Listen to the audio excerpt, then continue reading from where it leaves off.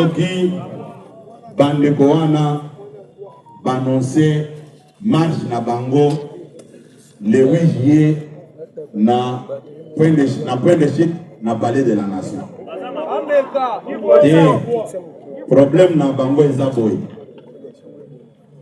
Bomoni avant Boutou y a l'aidé au 3 juin na dénoncé que bino bakonzi o bozali ko s'occuper na makambo ya sécurité bosala keba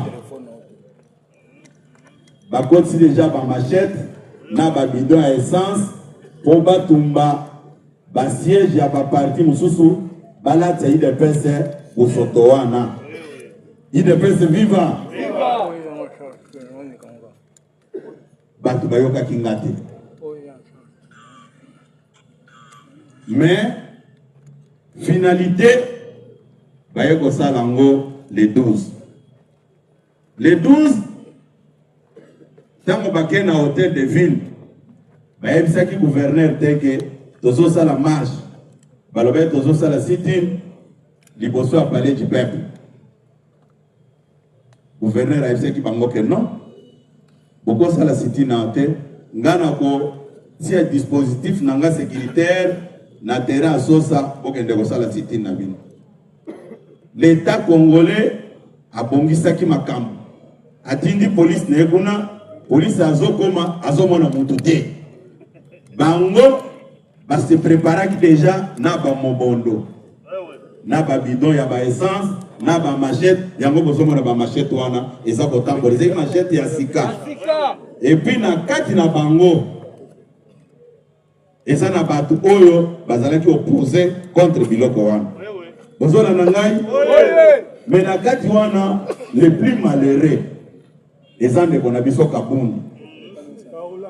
Kabund alingaki kondima te azala point focal ya Kabila awa batu oyo bando sala na bango nde batu balobi makambo wana sikoyo eloko boyoki ya ketoko marché le 8 juillet point de chute eza na palais de la nation basi babombi ba mobondo na bango bali basala soulèvement awa na Kinshasa bozona na ngai. C'est ça la vérité. Le Kola va mettre qui les 12 et Simba quitté. Si Goye va éviter Bango Boy. Boy utiliser Bamobondo tango bakoza la nakati na bino. Et puis, objectif principal, Ezaya Kotumba. Ils ont décidé d'incendier toutes les ambassades que vous voyez à la Gombe là-bas. Pour faire porter la responsabilité au gouvernement congolais. Vous êtes là, madame? Balingi ba incendier ba ambassade. Ndenge basalaki le 28 janvier 2025. Sikoyo baloba que non, ce n'est pas nous, c'est le pouvoir en place. Et là, j'attire l'attention de certains représentants de certains pays ici chez nous, de faire très attention avec ceux qui se disent opposants. Ils sont dans un schéma autre que ce qu'ils disent là. Ils ont recruté les Mobondo et les voyous appelés communément Koulouna pour atteindre leurs objectifs et à la fin dire que non, ce n'est pas nous, c'est le régime Tshisekedi. Puisque Bango, le 12 juin, tout ce qu'ils avaient planifié est Simba quitté. Il ne peut se vivre. Et Simba quitté. Mbala Oyo, Balobi Tokota na Gombe. Comme ça, ceux qui ont tombé dans l'ambassade, ils vont tirer Mayel et la communauté internationale. Baloba que non, c'est le régime qui n'a pas bien sécurisé nos ambassades là en République démocratique du Congo. Pourtant, la Makanisi Abatu. C'est ça la démarche. Ils sont conscients de ça. Ils ont une information qu'on a zako landela. Babombi, bamobondo, nabisika oyo, baebike, bakoloba ke non, ah bako bomba batu mabete. Mais ils sont dans cette logique. Ce que vous voyez Chole dire aujourd'hui, ils sont tous ensemble. Bango tout basé ensemble. Bazana Kabila azotinda mbongo, Kagame azakotinda, Katumbi pe azakotinda. Bozola na ngai. Bazalaki na ndeko na biso oyo Patrick Katanga oyo ya ba mai mai. Bazalaki na bango na bakabuni. Tela nga image, tela bandeko image wana boyoka pourquoi ndeko wana longwe pa kabuni. C'est une image wana. Non, je ne suis pas dans le C64. Vous êtes avec Kabound? Non, je ne suis pas dans le C64. Il y a une image wana, il y a un problème. Il a quitté l'opposition, il a quitté la majorité il n'y a pas longtemps. Vous êtes dans le C64? Non, je ne suis pas dans le C64. Vous êtes avec Kabound? Non, je ne suis pas dans le C64, je ne suis pas avec Kabound. Kabound, c'est un justeur. Il a quitté l'opposition, il a quitté la majorité il n'y a pas longtemps. Il est Kinshasa depuis 10 ans. En 10 ans, il s'est fait construire un château. Et un peu de temps, ils se sont brouillés au mangeoire. Il est venu dans l'opposition comme si l'opposition était une blanchisserie. L'opposition n'est pas une blanchisserie. Mais vous étiez ensemble, non? Non, j'ai dit, quand j'ai découvert qu'il était le point focal de Kabila. C'est là que vous avez découvert qu'il était le point focal? Le point focal de Kabila. Mais récemment, j'ai vu une déclaration où vous étiez ensemble dans une plateforme créée par Kabound. Oui, c'est ce que j'ai dit. Quand nous avons découvert. Même si je ne faisais pas d'émission, mais je suivais quand même les informations. Quand nous avons découvert avec les amis qu'il était le point focal de Kabila. Jean-Marc Kabound est le point focal de Kabila ici au Congo. Je l'ai dit sans embâche. Vous savez, vous avez quitté. Attendez, moi j'ai combattu Kabila. Vous connaissez mon combat. Kabila, je l'ai combattu. Il ne peut se vivre. Je vais travailler pour lui. Elle est dans une place. Il préfère la coupe. Naïbse qui vient en place, ok. Bajel na biso oyo. Bazalaki na Kabound. Baïbse qui nga boy. Secrétaire général. Tout boy comme ma responsabilité na oyo koya. Bisonde bato bande kotinda et pas Kabound. Tozo kende kozwa mbongo na ipen et pas mwasi moko boy. Eloko ekaboli bango ezanini. Je parle sous contrôle du secrétaire général adjoint de Haut qui est là. Puisque tango ba yebisa kinga makamwana tozala kina ye, tozala kibena secrétaire général adjoint Daniel Assine. Balobi ke bakende kozwa mbongo 2,500,000 au Kabila tindaki. Tango bazimbongo bamemaki yango na basako do na ba 8 moto. Bozola na madame. Bakende kozonga na ba 1h du matin, 2h du matin. Baye na mbongo awo. Bakena ngwe pa na ye. Eloko ekamsaki bango ezali. Sur 2,500,000 apesa bango $200 par. Bango, et puis les malheurs, ezaki ke bateau ya apesa ki mbongo. Parmi bango, il y avait des juristes, des maîtres avocats. Balobi, valeur na biso eza, il y a $200. Et puis, biso to aider yemi. Baem singa secrétaire général. Tozolo bateke, poto longwe pa Kabound. Chaque fois, tant abandonne la kosolana Kabila. Pour que to sombi sime ya sika, na téléphone ya sika. Soki asololi na Kabila sini atumbi nyonso. Bozona na ngai nazolo baba biloko te nazakolo baba biloko te avantage na nazana ngo ezake batu bayaka ko fournir na ba information ya makambo ezakole. Et puis eloko moko na goyebisa ndeko Kabound ke il doit faire très attention. Il sait très bien que il a un problème avec les Katangais. Puisque l'avantage nous c'est à Zanango. Et c'est à Katangais. Il faut azon c'est la bango na biloko na bango. Puisque à Kosaka qui a Katangais, au moment où Zaki Katangais était, il a tout bénéficié au nom de Katanga. Ozola nangai. Mais tant que aussi biloko na kombo ya bato. Il faut d'abord commencer à restituer ces biens-là. Bozona nangai? Bozona na madame? Non, c'est ça la réalité. Batu na nyonso. Ils doivent comprendre une chose. Biso, toza, ba parti oyo, ya malet wana te.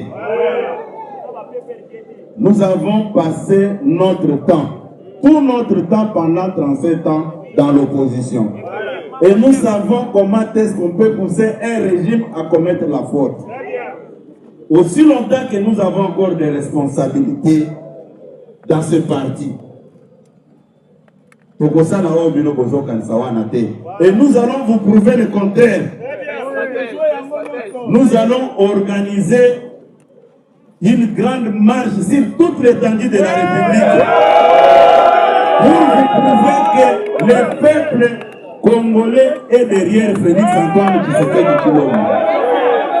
Et vous allez comprendre que ça sera difficile même de se rattraper par rapport au contexte politique. Continuez à faire vos petites déclarations moyennant l'argent. Tout le monde sait que vous êtes des corrompus.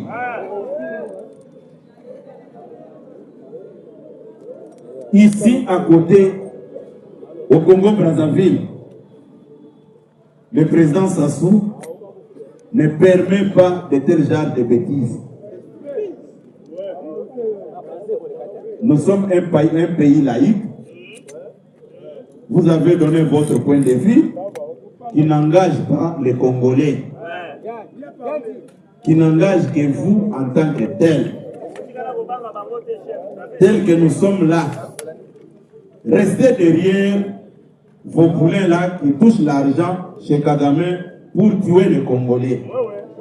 Et nous allons vous prouver le contraire. J'ai dit que nous allons vous prouver le contraire. Et vous allez comprendre que la population n'était pas avec vous, la population est avec Félix Antoine Tshisekedi Tshilombo.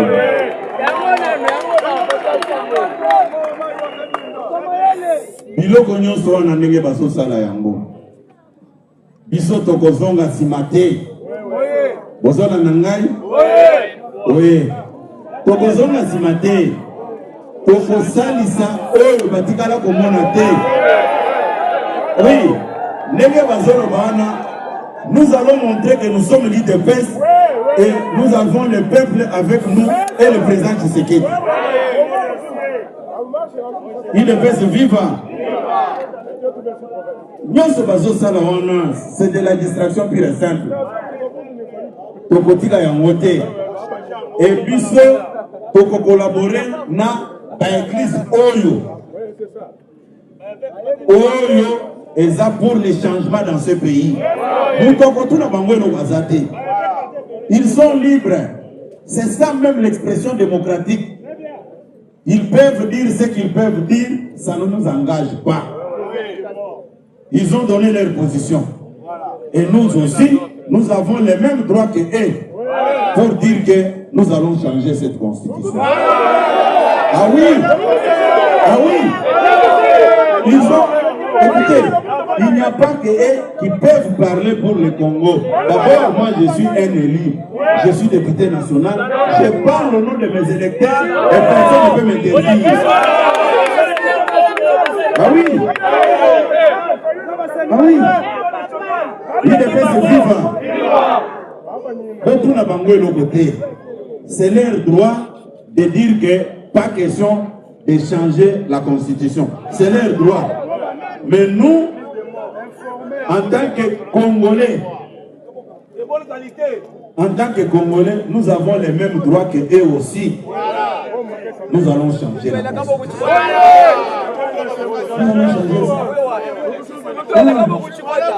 Il y aura le temps où nous allons comparer nos rapports de force sur terrain.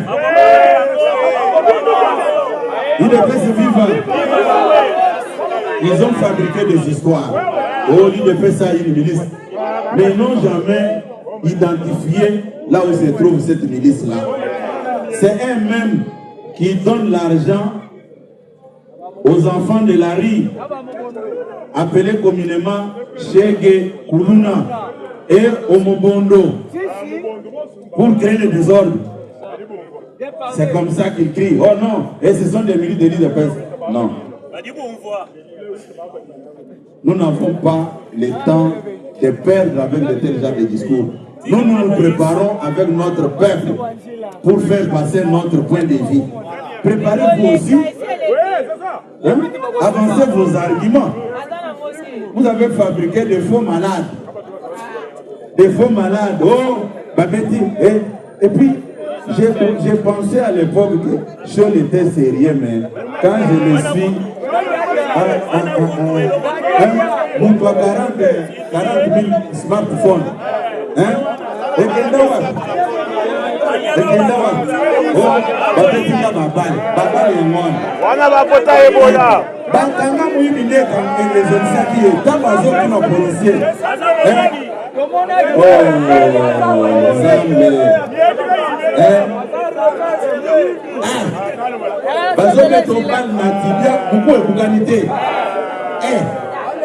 C'est ça que un micro à plastique. Il y a eu beaucoup de raté. C'est quoi? Nana le bien.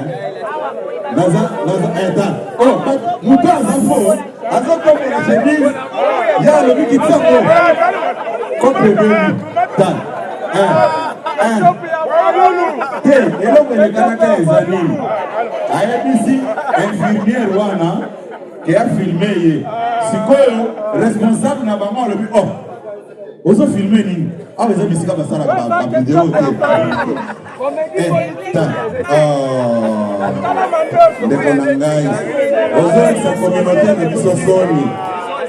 Bango place Bazawana Bayebi que Félix Antoine Tshisekedi Tshilombo, c'est les Congolais les mieux éduqués.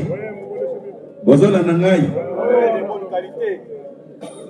Lelo na motema mabe balobino soki totiki makambo boye ekopesa bien te to créer kaka likambo yango na tuni bino mingi soki bosali kambo balobaka kabu ya kanga bambwa na yo bino bokoma bambwa Kabila bazotu na lobi les gens à bois la caravane passe, c'est-à-dire biso tokoma ki bambwa alors il ne peut se vivre. Eza kozanga koyeba te. Eza nde likambo ya motema mabe. Balukaki eloko nini ekoki ko étouffer esengo oyo. Soki botali bien. Balobeli makambo ya match wana te. Oh, Tshisekedi a fini prédécesseur na ye. Tshisekedi a fini prédécesseur na ye. Non, tous à la quand même sérieux ko. Afinga kinani. Afinga kinani. Alinga koloba en d'autres termes que batiaki marionnette na bango o baza ko manipuler pour ba banda copier mboka. C'est la même chose, non? Oh. Échanger kaka mbala moko.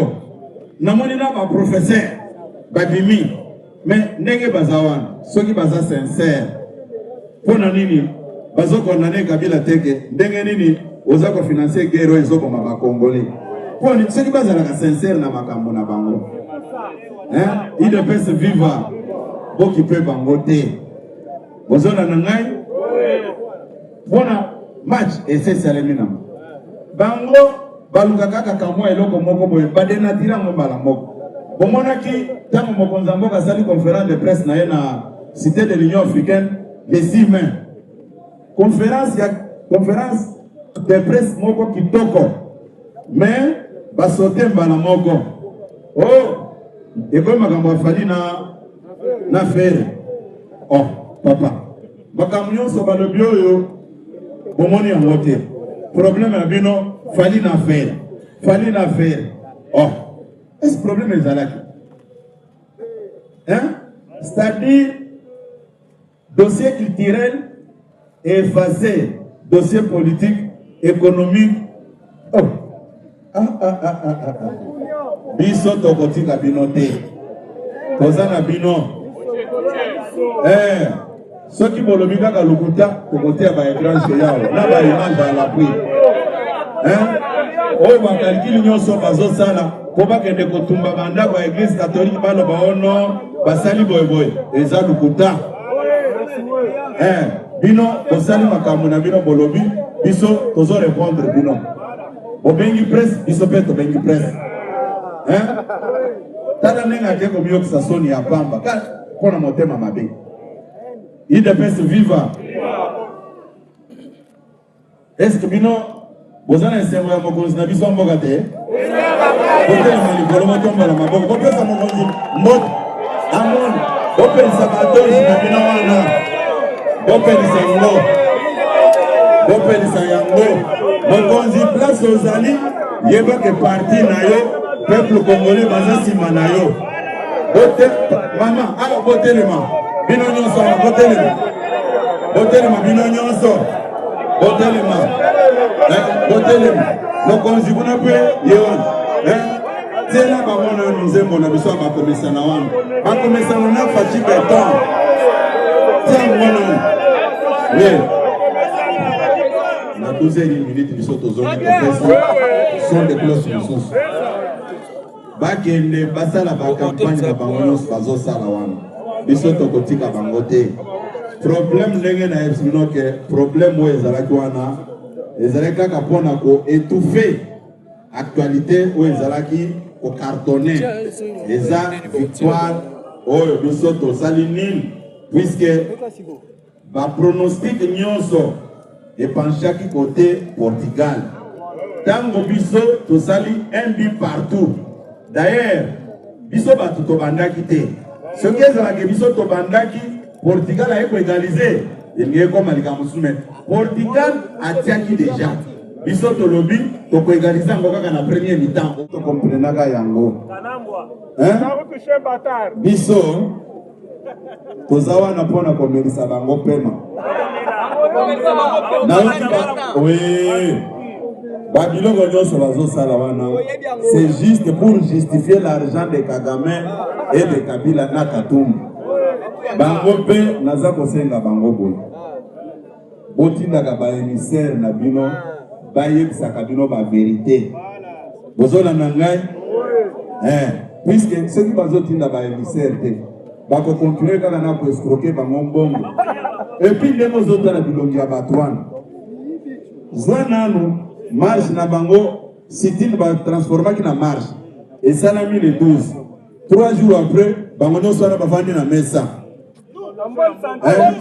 bazo ça l'évaluation et puis oui soki oza na pota soki oza na pota okoloba ndenge nazoloba boye te puisque douleur ekose faire sentir na pota wana mais bato bazwaki bamasasi bakei kovanda boye ondire nete eloko ezalaki te oyebi petit na biso ya tramontina wana zongisa biso petit wana petit wana nde akata masolo zongisa nanu mwana tramontina wana zongisa ye Jean-Claude Katende atala yango apesa biso explication ya droit de l'homme telemisa nanu mpona masolo ye wana zongisa ye kope simbi te zongisa ye nanu zongisa sikoyo oyebi difficulté o bana na bango mosusu bazokaki wana oyebi le pourquoi ntango barekrite bamobondo bapeti bayebaki te sikoyo mobondo ntango aye akomosala effacer le tableau tala mobondo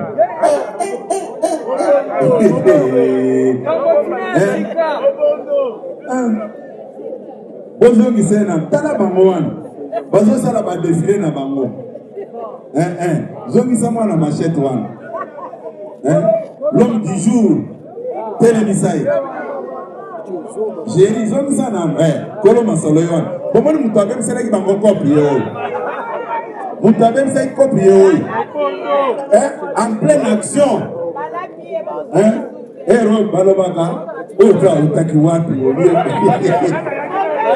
UDPS viva UDPS viva nakanisi ndenge toyaki awa nayebisi bino ke bato oyo bapreparaki kao na bango eza bango moko bayaki na intention ya kosalir notre police nationale congolaise na régime en place Bozona nangai. D'abord, le kola baza ba profane ba yebi makamba sécurité ndenge ezalaka te. Tango batindaka bato na marche, batindaka ba élément visible na banon apparent. Ba oto bandoke na bango na ba marche tango akala ba yebi bien que hôtel mikaka bomoni muto hôtel makina bozobeta bisolo quelques minutes après ye wana muto akangi yo. Oui, siko bango lokola biloko wana ezolekela bango batunaka baexplikiaka bango sikoyo bamoni bato bazalaki en tenue civile wana kolo masolo mutu adedwane biso na kozoba na bango yo puisque mutu nyonso azotuna kaka kolo machete tramontina aza nango na maboko ya sika nde yango nazoloba ke ndenge tozali awa boye bayaki na intention ya kotumba palais du peuple esimbi si on va changer donne na bango balobi cette fois-ci to attaquer palais de la nation mais objectif principal eza ya kotumba ambassade bozona na ngai balobi ndenge communauté internationale atali makambo bien te il faut to poser ba acte oyo ekobenda matoi na sympathie ya communauté internationale à notre endroit pour saboter l'ambassade. C'est ça la démarche. Ils veulent attaquer les ambassades sous prétexte que non, ils ont bisoté, ils ont bataillé de peste. Et puis je dois vous dire encore ce soir, à partir de ce soir, Moutouata mon côté, à part la structure formelle, cellule, section, fédération. Vous avez un oyo a utilisé le drapeau à IDPS. Pour salir l'image à parti est allié. Il faut pas kangaye. Vous avez un bino bajen oyo bomibengi fort du progrès. À partir de ce soir, nalingi comme un drapeau à IDPS, ceux qui ont ceux qui ont aussi drapeau tiers. Et aujourd'hui, nos ennemis font la même chose pour salir le parti et le régime en place. Vous avez un malam. Yami Bane, ceux qui ont un conflit parcellaire, il n'a qu'à se référer à la justice et non qu'aucun de Golgabatoï de Pesque au nom, au banafo du progrès Bazaliao. Ceux qui ont cueilli, je serai le premier. Il y a qu'à saisir justice, na bino, na mouto à qui cause bino wan. Vous avez un malam. Vous avez un boyo kama kamonaza kwa ebisa bino wana bokende kokota na lopango na conflit ya batute soki mutu amoni kaza na droit na ye a se référer na justice a justifier ye a quitter ye bozakona na ngai ba ennemi na biso na ebike biso parti na biso eza ya ba non violent méthode de lutte na biso eza non violence bozakona na ngai biso tozalaki na opposition pendant 37 ans, Totikala a créé une milice. À combien plus forte raison, Lelo, tu commis le pouvoir, Oyo Mokonzambo, Kazana Imperium, Nyonso, Baya Kolobake non, il devait se faire la milice, il se fait la milice. Vous avez un nangai, Bana Oya Fort du progrès à IDPS, Baza discipliné, Bake négocie Belo à Moutouté. Vous avez un nangai, vous avez un nangai, Fort du progrès Oya Bango. Na kotuna bino na poko alelo failwana abando yao kabunda akenda na ye akenda na batu na bango mususu baza ko fabriquer batu oya bango moko pona kokosa keo ile pesa basalibo yango na lobiango na poko alelo place nyonso bozali na lingo mona mutu te en dehors ya ba structure officielle ya parti o tokena drapeau boy makambo na lobi angwao soki osali kambo batio maboko kolobate ko CG bakomi okanga ba combattant non il y a trop d'infiltrés bozona na ngai biso tozaka sima mokonzi mboka avec un seul message changement de la constitution Tokani personne ne peut m'interdire puisque je viens de le faire au Parlement à travers loi référendaire. Je suis un élu, je peux parler même en tant que député. Toyokani? Bombete na maboko makasi. Na esi bino oke mokonzi mboka afinga ki mutu ata moko te. Ils ont créé une diversion pour désorienter la population na esengo otozalaki na bango ya makambo ya football. Boza ko la nangai na pesi bino exemple. Même Jésus tango azako lobake biloko ya bana ya bato ya kolia bakoki kotikela ngo bambwate. Jésus azalaki mutu azalaki na lisumu ata moko te. Bakoyebisa biso ke Yesu afingaki ba. Hein?